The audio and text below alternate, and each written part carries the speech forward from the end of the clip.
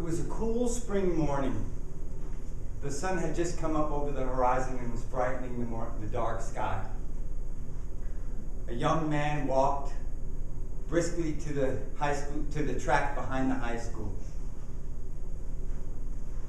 He sat on the first row of bleachers and untied his sneakers, took them off, reached into his track bag and pulled out an old pair of track shoes and laced them tightly to his feet. He got up, did some stretches, and then started off running laps around the track. The cinder track crunched beneath each step.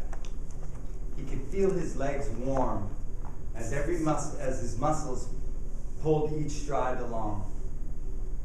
When he finished 4 laps, he stopped, walked back to his bag, and pulled out a stopwatch.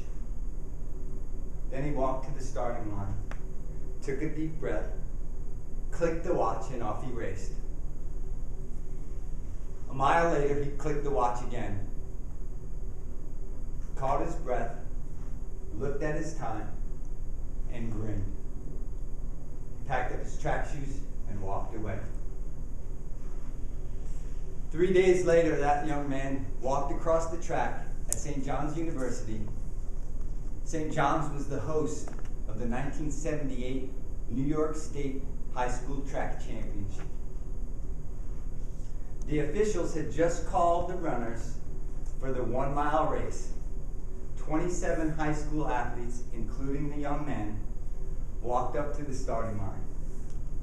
The official read some instructions and then called the runners to the start line. They each positioned their foot right up to the line, and the official called the race. On your marks, set, bang, went the starter's pistol, and off they raced. For the first 2 laps, the runners all ran in a group, all keeping stride with each other. But by the 3rd lap, the group had stretched out to one long, thin line. The young man found himself in 9th place. Every muscle in his body ached as he raced to keep stride with the other runners in front of him. By the beginning of the 4th lap, he had passed one person. And then with 200 yards to go, another. And with 50 yards to go, one more.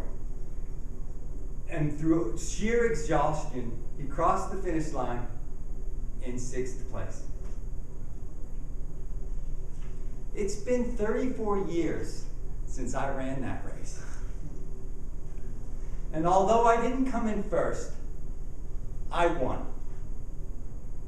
My time of 4 minutes and 37 seconds was 8 seconds faster than 3 days prior.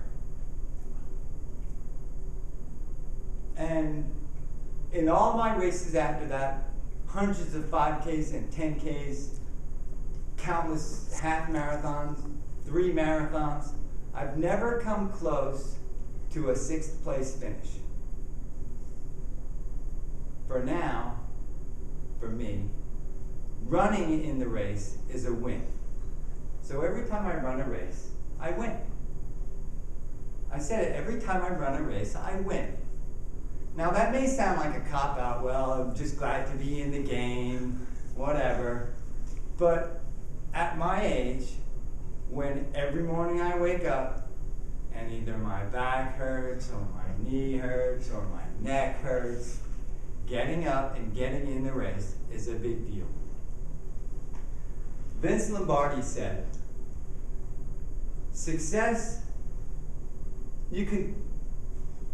the difference between successful people and others is not a lack of strength, not a lack of knowledge, but rather a lack of will.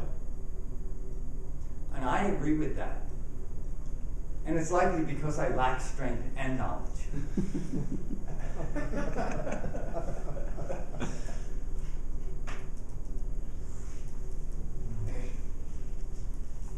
So now, every morning at 5 a.m., when my alarm clock goes off, and I wish for 10 more minutes of sleep, I roll out of bed, put on my shorts and a t-shirt, and go out for a run.